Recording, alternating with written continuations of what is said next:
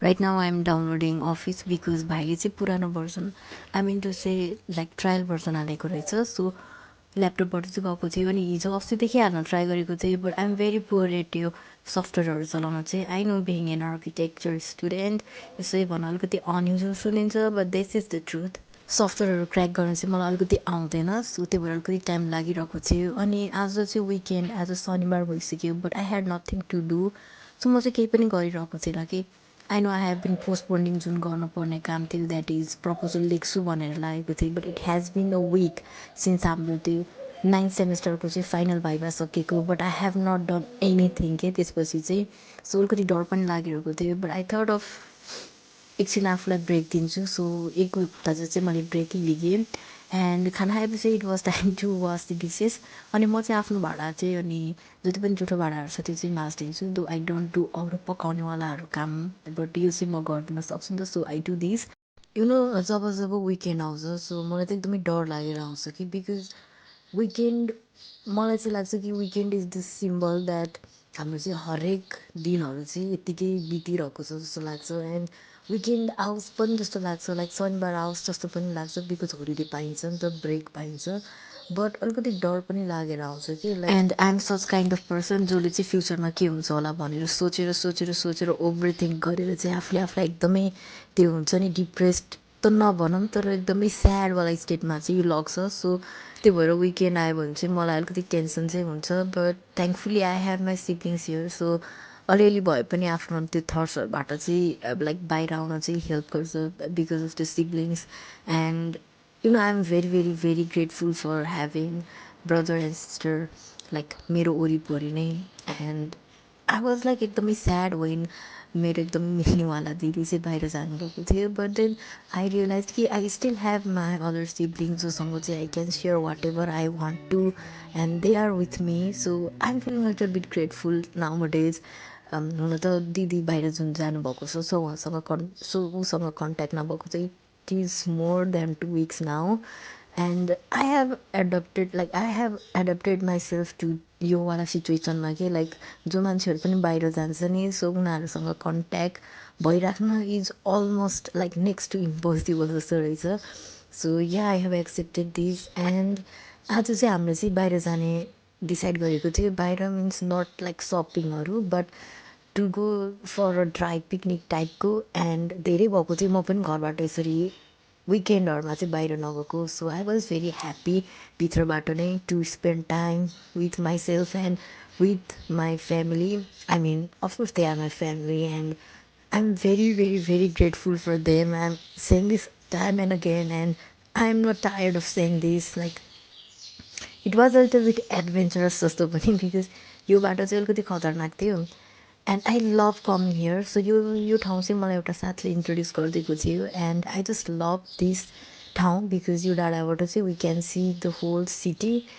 So you know मलाई चाहिँ यस्तोमै खुसी मिल्छ कि like I don't really want to go out. तर यसरी फ्यामिलीहरूसँग टाइम बिताउन स्पेन्ड गर्न छ भने चाहिँ I am always ready to go like यसरी चाहिँ बाहिर. एन्ड यो चाहिँ घरबाट धेरै टाढा पनि थिएन. It was like 15 to 20 minutes बाटो. अनि आई वाज ह्याप्पी कि आज चाहिँ एकदमै खुसी लागिरहेको थियो बिकज कति पछि कि लिटरली आई थिङ्क धेरै पछि हो यसरी हामी यहाँ आएको चाहिँ. एन्ड आई रियलाइज कि घरमा बच्चाहरू भयो भने चाहिँ उनीहरूले छुट्टै खुसियाली चाहिँ लिएर आउँछ कि घरमा चाहिँ छुट्टै खुसी हुन्छ कि. एन्ड सो यो सानो बाबुले चाहिँ ओरेन्ज खाइरहेको थियो. And he was a little beet like Sai त होइन डराएको जस्तो कि बिकज हामी डाँडामा गएको थियौँ नि त. एन्ड ट्रस्टमा यति घाम थियो नि. सो आई वाज फिलिङ अलिकति तातो तातो भन्नाले एकदमै गर्मी फिल भइरहेको थियो. आई वाज भेरी ह्याप्पी होइन आज चाहिँ. I know I am saying this like 1000 like अहिलेसम्म 10चोटिभन्दा बढी भनिसक्यो होला. बट आई वाज एकदमै ह्याप्पी कि. एन्ड आकाश पनि सफा थियो एन्ड इन्भाइरोमेन्ट वाज गुड. पहिला चाहिँ लाइक भर्खरै हिँडेर आएको भएर तातो एकदमै गर्मी भएको थियो. बट कस्तो लाग्यो यसरी बाहिर आएर बस्दा बेबीलाई भन्नुहोस् न दुवैजना लजाउने ट्रिपरलाई. So, for your information, I'd like to talk in front of camera. Okay continue. तपाईँलाई यहाँ चाहिँ 1-2 घन्टा बसेपछि हामी चाहिँ जाने डिसाइड गऱ्यौँ। सो मैले चाहिँ सक्सहरू सबै खोलेर बसेको थिएँ। So I am wearing my socks अनि त्यसपछि हामी चाहिँ यहाँबाट चाहिँ जान लाग्दैछौँ बिकज हामीले चाहिँ यसरी घुमेर जाने डिसाइड गरेको थियौँ घर चाहिँ। सो घुम्दाखेरि चाहिँ अलिकति लेन्दी थियो बाटो, लाइक 30 मिनट्स जति चाहिँ लाग्नेवालामा थियो। सो हामीले चाहिँ त्यहाँबाट जाने डिसाइड गऱ्यौँ एन्ड आई थिङ्क हामी चाहिँ यसरी बाहिर गइराख्नुपर्छ क्या फ्यामिलीहरूसँग टाइम स्पेन्ड गर्न चाहिँ। एन्ड मलाई चाहिँ one of the thing that I really love यो बाटो यहाँको भनेको चाहिँ यसरी पुरै सिटी त देख्ने, नट द होल सिटी तर धेरै जस्तो पार्ट्सहरू चाहिँ देखिन्छ नि त। एन्ड यो चाहिँ लाइक डाँडामा भएर यस्तो मजाको हावा चल्छ यहाँ चाहिँ अनि एकदम शान्त पनि छ। So that is what I love about यो ठाउँ चाहिँ। एन्ड यसरी रेकर्ड गर्दै हिँड्दाखेरि there were so many obstacles जुन चाहिँ आएको थियो बिकज मान्छेहरू हिँड्दै थियो एन्ड अलिकति लाज पनि लागिरहेको थियो। But he was very supportive क्या, like Creeper was very supportive. So उसले चाहिँ मलाई हेल्प गरिरहेको थियो यसरी रेकर्ड गर्न चाहिँ। एन्ड यो बाटो देख्यो भने चाहिँ मलाई हाम्रो घरतिर जुन तल बजार थियो पहिला, सो त्यहाँको चाहिँ याद आउँछ। भुइँचालोभन्दा अगाडि यस्तै यस्तै थियो कि लाइक बाटोहरू ढुङ्गाले छापेको, like the typical Newari house. अनि यसो मन्दिरमा पुगिसकेपछि हामी चाहिँ लाइक यसरी फोटोहरू पनि खिचेको थियो होइन। I was feeling very Sai because मलाई चाहिँ यसरी फोटोहरू खिच्न लाइक भिडियोहरू रेकर्ड गर्न एकदमै अड लाग्छ। And but I think it's fine, like sometimes सधैँ होइन नि त खिचिराख्ने। सो मलाई चाहिँ मान्छेले के भन्ला जस्तो लागेर चाहिँ लाज लाग्छ होइन। बट आई थिङ्क यसरी टाइम स्पेन्ड गर्नु इज वाट मेक्स पछिको लागि मेमोरिज। सो हामी चाहिँ तल आइसकेपछि चाहिँ हामी चिल्ड्रेन पार्कमा चाहिँ आएको थियौँ। एन्ड म चाहिँ यतिकै मलाई चाहिँ यो ठाउँको बारेमा पहिला पनि थाहा थियो बट म चाहिँ अहिलेसम्म भित्र चाहिँ आएको थिइनँ। एन्ड आई लभ यहाँभित्रको जुन इन्भाइरोमेन्ट छ नि, लाइक यस्तो घ्याउ घ्याउ गुई गुईमा बिचमा चाहिँ अलिकति भए पनि शान्त चाहिँ इन्भाइरोमेन्ट चाहिँ क्रिएट गरिदिएको छ स्पेसली फर चिल्ड्रेनहरूको लागि चाहिँ। सो यो चाहिँ एउटा राम्रो कुरा गरिदिएको जस्तो लाग्छ यो नगरपालिकाले चाहिँ। And what I was loving was कि यसरी बाहिर घुम्दा चाहिँ I was forgetting all the pain, I mean pain भन्दा पनि all the things that was really really really stressing me. Like एकछिन त्यो चिजको बारेमा सोचिरहेको थिएन यहाँ घुम्न पाउँदा चाहिँ। I was totally out in the another world जस्तो चाहिँ फिल भइरहेको थियो।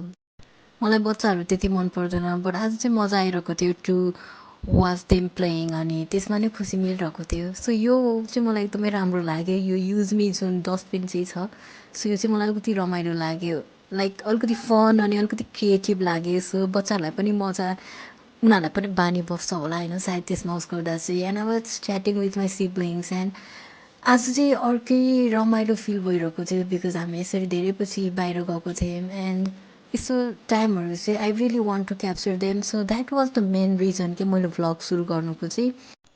ओके, सो हामी चाहिँ यहाँबाट चाहिँ जाने डिसाइड गरेको थियौँ बिकज यहाँ धेरै टाइम भइसकेको थियो। इट वाज अराउन्ड 3:30 जति भएको थियो होला त्यहाँबाट निस्किँदा फेरि चाहिँ। अनि आज चाहिँ मजाले घाम लागिरहेको थियो सो छिट्टै अँध्यारो हुन्छ जस्तो पनि थिएन। सो त्यो भएर हामी चाहिँ मजाले आफ्नो टाइम लेखिरहेको थियौँ। And yeah finally it was time to say goodbye यो सबै बाहिरबाट चाहिँ। And we were going back to our house. So घर जानुभन्दा अगाडि चाहिँ हामीले चाहिँ सोच्यौँ कि के खानेकुरा लैजाऊँ भनेर चाहिँ घरमा चाहिँ। एन्ड हामीले चाहिँ लेख्यौँ ढुम्रो